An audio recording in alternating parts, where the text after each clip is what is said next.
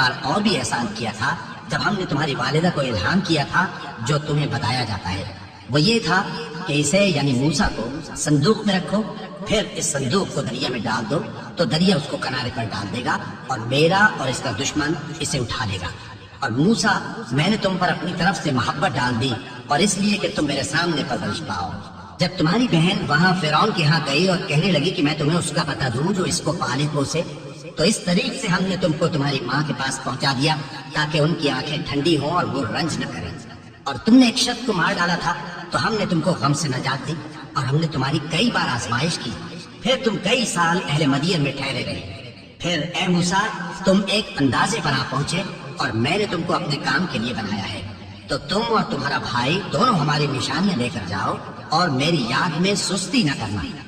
دونوں فرعون کے پاس جاؤ کہ وہ سرکش ہو رہا ہے اور اس سے نرمی سے بات کرنا، شاید وہ غور کرے یا ڈر جائے۔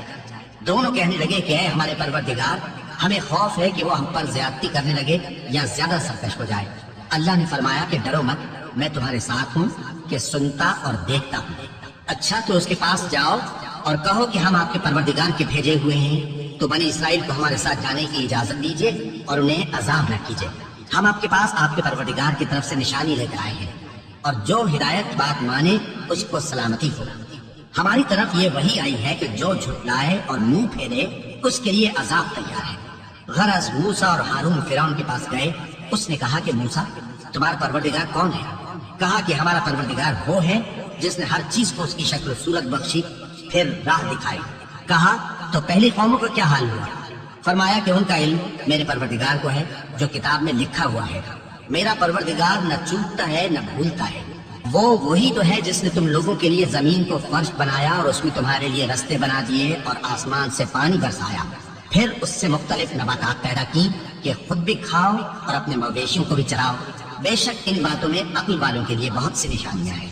اسی زمین سے ہم نے تم کو پیدا کیا اور اسی میں ہم تمہیں لوٹائیں گے اور اسی سے ہم تمہیں دوسری دفعہ نکالیں گے۔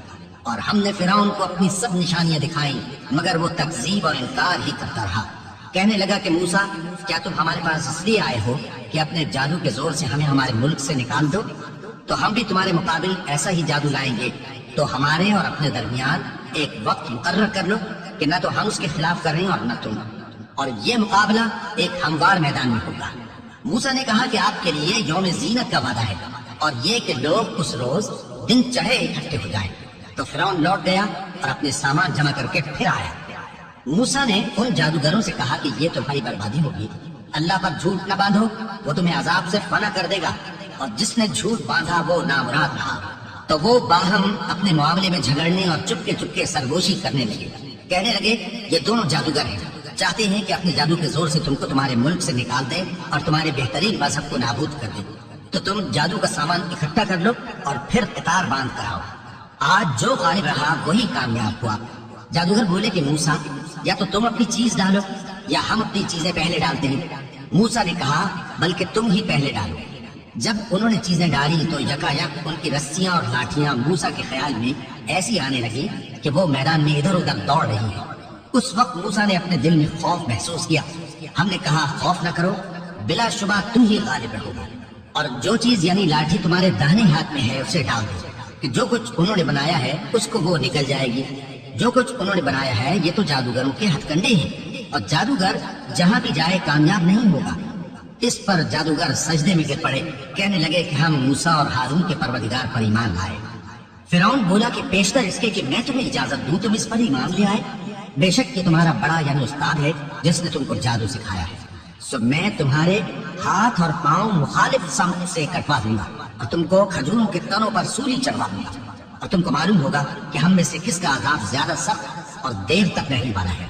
انہوں نے کہا کہ جو دلائل ہمارے پاس آ گئے ہیں ان پر اور جس نے ہم کو پیدا کیا ہے اس پر ہم آپ کو ہرگز ترجیح نہیں دیں گے، تو آپ کو جو حکم دینا ہو دے دیجیے، اور آپ جو حکم دے سکتے ہیں وہ صرف اسی دنیا کی زندگی میں دے سکتے ہیں۔ ہم تو اپنے پروردگار پر ایمان لے آئے تاکہ وہ ہمارے گناہوں کو معاف کرے، اور اسے بھی جو آپ نے ہم سے زبردستی جادو کرایا، اور اللہ سب سے اچھا ہے اور ہمیشہ باقی رہنے والا ہے۔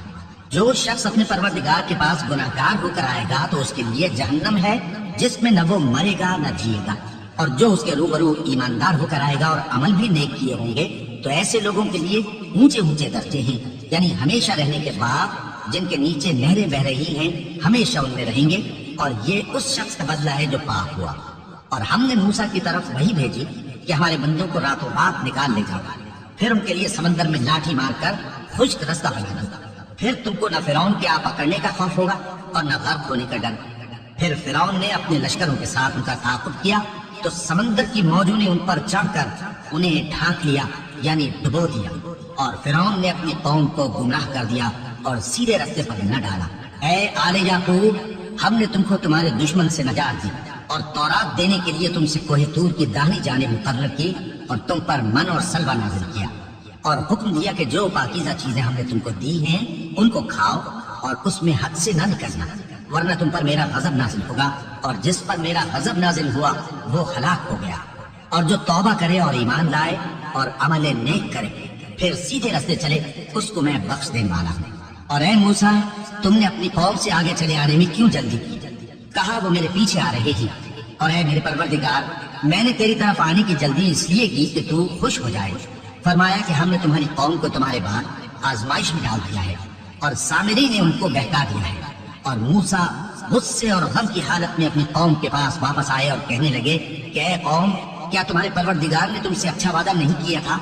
کیا میری جدائی کی مدت تمہیں لمبی معلوم ہوئی، یا تم نے یہ چاہا کہ تم پر تمہارے پروردگار کی طرف سے غضب نازل ہو، اور اس لیے تم نے مجھ سے جو وعدہ کیا تھا اس کے خلاف کیا؟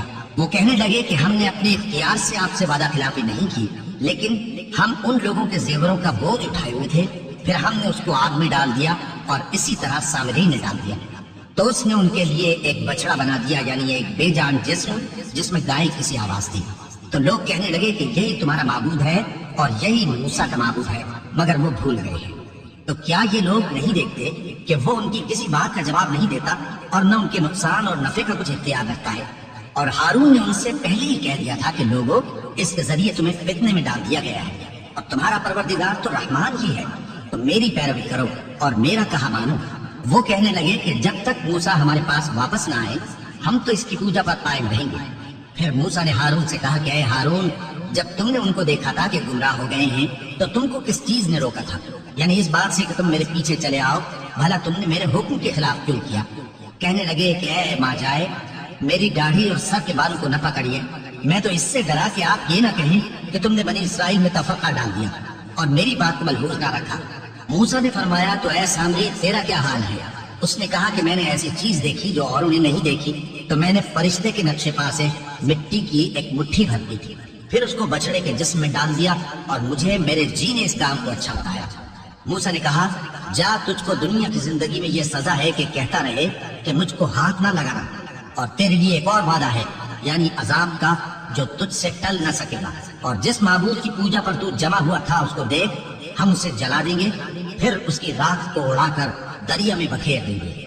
تمہارا معبود تو اللہ ہی ہے، جس کے سوا کوئی معبود نہیں، اس کا علم ہر چیز پر محیط ہے۔ اس طرح ہم تم سے وہ حالات بیان کرتے ہیں جو